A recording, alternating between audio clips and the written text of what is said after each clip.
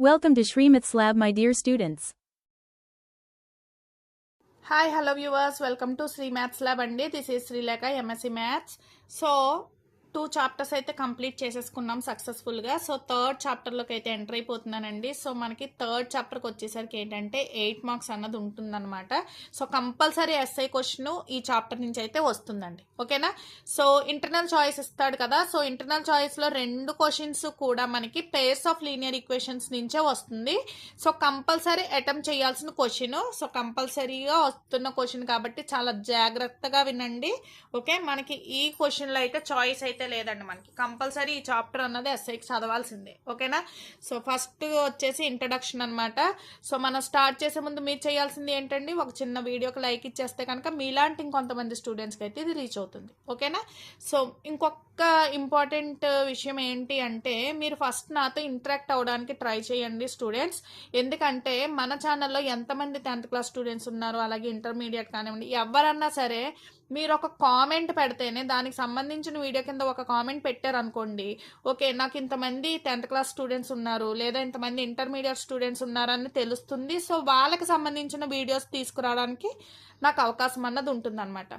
So అందరూ కూడా ఏదో ఒక కామెంట్ పెట్టండి, క్లాస్ ఎలా ఉంది, బాగుందా బాగాలేదా, ఎలాగన్నా ఏ కామెంట్ అన్నా పెట్టచ్చు మీరు, ఓకేనా. టు బి ఫ్రాంక్గా కామెంట్ అయితే పెట్టండి. సో క్లాస్ అర్థమవుతుందా లేదా, సో మీకు ఇంకా ఏమన్నా ప్రాబ్లమ్స్ ఉన్నాయి అనుకోండి అక్కడ మీరు చెప్తే కనుక సో అవి సాల్వ్ చేయడానికి నేను ఏమైనా ట్రై చేస్తాను, ఓకేనా. సో లేట్ చేయకుండా వీడియో అయితే స్టార్ట్ చేసేస్తున్నాను. సో స్టార్ట్ చేసే ముందు మీరు చేయాల్సింది ఏంటండి, ఒక చిన్న లైక్ ఇచ్చేయండి, అలాగే మీ ఫ్రెండ్స్కి రిలేటివ్స్కి కూడా షేర్ చేయండి, okay. So first time channel చూస్తే సబ్స్క్రైబ్ చేసుకోవడం మాత్రం మర్చిపోకండి. సో ఇంట్రడక్షన్ వచ్చేసి చూడండి. సో ఫస్ట్ ఏంటంటే వేరియబుల్ అండి. సో వేరియబుల్ పేరులోనే ఉంది చూడండి, వేరియబుల్ అంటే ఏంటండి, ఒక వాల్యూ అన్నది మనకి చేంజ్ అవుతూ ఉంటుందన్నమాట, ఓకేనా. సో దాన్ని ఒక సింబల్ ఆర్ లెటర్తో మనం ఇండికేట్ చేస్తాం వేరియబుల్ని వచ్చేసి. అవి ఏంటంటే A, B, X, Y, alpha, beta, gamma ఏదన్నా సరే స్మాల్ లెటర్స్ దేంతోనన్నా సరే మీరు ఇండికేట్ చేయొచ్చు, ఓకేనా. సో వాటి వాల్యూ అన్నది ఆ న్యూమరికల్ వాల్యూ అన్నది ఏమవుతుందండి, వ్యారీ అవుతూ ఉంటుంది అనమాట. Vary in the sense change అవుతూ ఉంటుంది. సో కాన్స్టెంట్గా అయితే ఉండదు. సో కాన్స్టెంట్ అంటే ఏంటండి, కాన్స్టెంట్ అన్నది ఒక ఫిక్స్డ్ నెంబర్, ఓకేనా. సో దట్ నెవర్ చేంజెస్, ఓకేనా. సో కాన్స్టెంట్కి ఎగ్జాంపుల్ చూడండి, ఇక్కడ 4 ఈజ్ ద కాన్స్టెంట్ అవుతుంది. ఇక్కడ ఎక్స్ అన్నది చూడండి, ఇక్కడ ఎక్స్ మనం వాల్యూస్ 1 తీసుకోవచ్చు, 2 తీసుకోవచ్చు, 3 తీసుకోవచ్చు. సో కండిషన్ బట్టి ఉంటుంది అనమాట. సో ఇక్కడ ఎక్స్ అన్నది వేరియబుల్ అవుతుంది, ఇక్కడ 4 అన్నది కాన్స్టెంట్. సో క్లియర్గా ఇక్కడ కూడా చూడండి, ఇక్కడ ఈక్వేషన్ ఉంది కదా, ఇక్కడ 10 అన్నది ఏంటంటే కాన్స్టెంట్ అన్నది అవుతుంది అనమాట, ఓకేనా. సో నెక్స్ట్ వచ్చి ఈక్వేషన్ అండి. సో ఈక్వేషన్ అన్నది ఏంటి అంటే an equation combines 2 expressions connected by an equal sign, okay. Equation అన్నది మనం ఈక్వల్ సైన్తో ఇండికేట్ చేస్తాం, విచ్ కంబైన్స్ 2 ఎక్స్ప్రెషన్స్, ఓకేనా. సో 2 ఎక్స్ప్రెషన్స్ని కనుక మనం కంబైన్ చేసి ఈక్వల్ టుతో కంబైన్ చేసినట్టయితే ఇండికేట్ చేస్తారు, దాన్ని ఏమంటారండి, which is nothing but a equation, ఓకేనా. సో ఇక్కడ చూడండి 3x - 5 = x + 2. సో ఇక్కడ 2 ఎక్స్ప్రెషన్స్ అన్నది ఈక్వల్ టుతో మనం కంబైన్ చేశారు. సో ఇక్కడ కూడా అంతే, ఇక్కడ కాన్స్టెంట్ ఉంది. So this is also a ఈక్వేషన్కి ఎగ్జాంపుల్ అనమాట, okay. So next linear equation అంటే ఏంటో చూద్దాం. So already quadratic equation start అవ్వలేదు కదా. సో సరే చూద్దాం చూడండి. సో లీనియర్ ఈక్వేషన్ అంటే ఏంటి అంటే an equation in which the highest degree of the variable is 1 is called a linear equation. So మనకి ఏంటండి, డిగ్రీ అన్నది 1 అయితే కనుక, ఓకేనా, ఒక ఈక్వేషన్ డిగ్రీ 1 అయితే కనుక దాన్ని ఏమంటారు, లీనియర్ ఈక్వేషన్ అని చెప్పి అంటారు. ఇదిగోండి ఇక్కడ వచ్చే చూడండి. సో 1 ఎప్పుడైతే ఉందో సో 1 లీనియర్ ఈక్వేషన్ అంటారు. 2 డిగ్రీ ఉంటే దాన్ని మనం క్వాడ్రాటిక్ ఈక్వేషన్ అంటారు. సో ఇది చూడండి, ఇది 1 కాబట్టి ఇది linear equation. So already last చాప్టర్లో మీకు చెప్పాను కదా, పాలినామియల్స్లో చెప్పాను కదండి, 4 డిగ్రీస్ వరకు ఉంటే కనుక ఏమంటారని చెప్పి మీకు క్లియర్గా చెప్పాను కదా.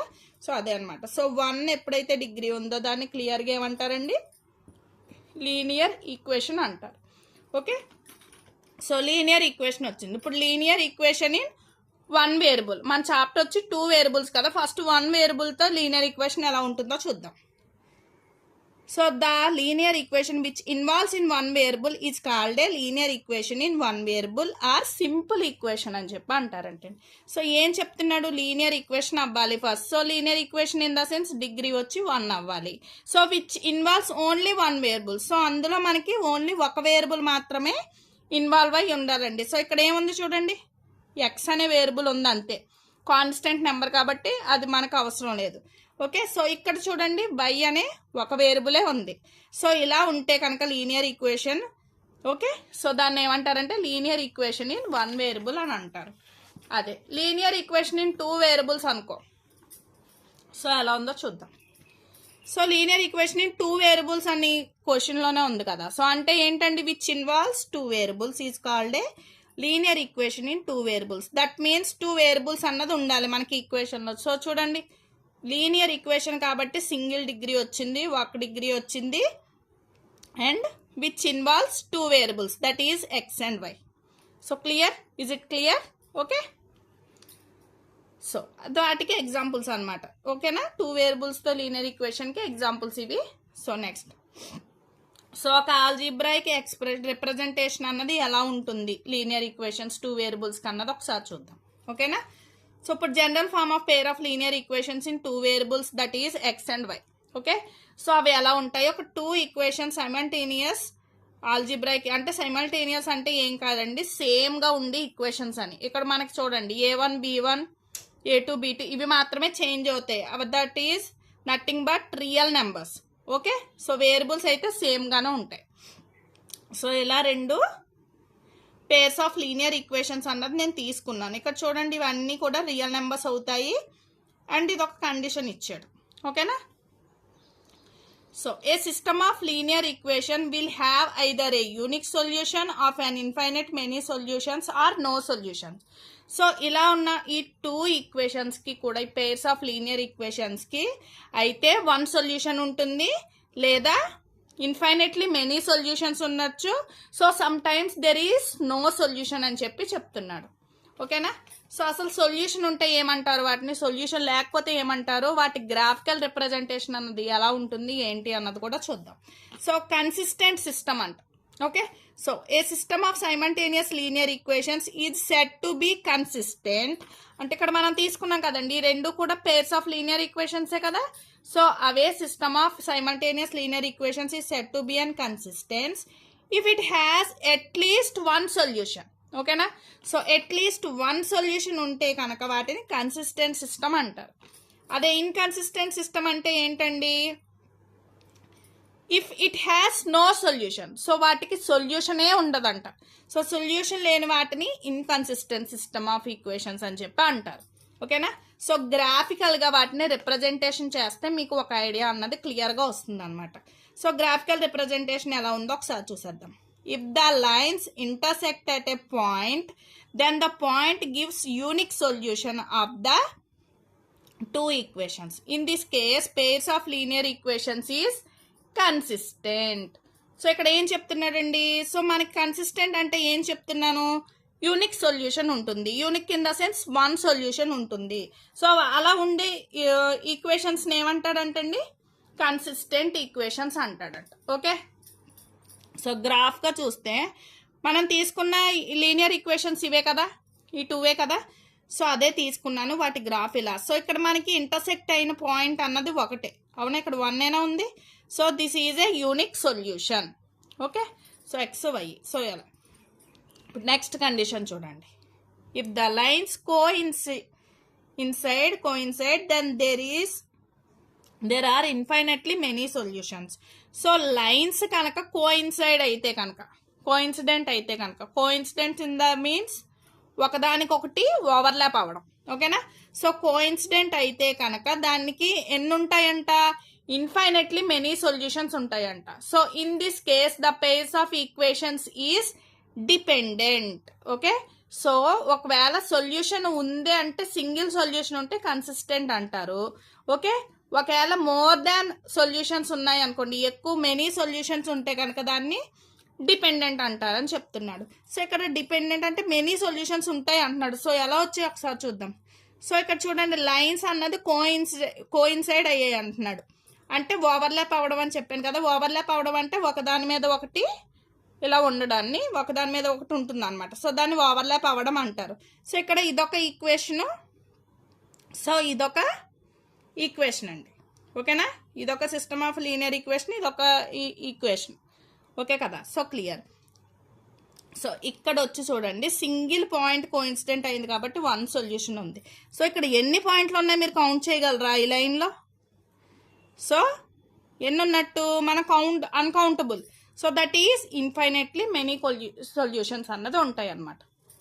సో అలా ఉండే పేర్స్ ఆఫ్ ఈక్వేషన్స్ని ఏమంటారండి? డిపెండెంట్ అంటారు. ఓకే, సో ఇప్పుడు చూడండి, if the lines are parallel, so ప్యారలల్గా ఉంటే ఒకవేళ, ఓకే, సో ఫస్ట్ కోఇన్సిడెంట్ అయ్యాయి, సింగిల్ సొల్యూషన్ ఉండి, నెక్స్ట్ ఒకదాని మీద ఒకటి ఓవర్లాప్ అయ్యాయి. సో అలాంటప్పుడు కండిషన్లో ఇలా ఉన్నాయని చెప్పాం. సో ఇప్పుడు థర్డ్ కండిషన్ ఏంటండి? ప్యారలల్గా ఉంటే, సపోజ్ ప్యారలల్గా ఉంటే ఇలా ఉన్నట్టే కదా, ప్యారలల్గానే ఉన్నాయి. సో ఇలా కేసులో ఇక్కడ ఏమన్నా మనకి కోఇన్సిడెంట్ అయ్యిందా?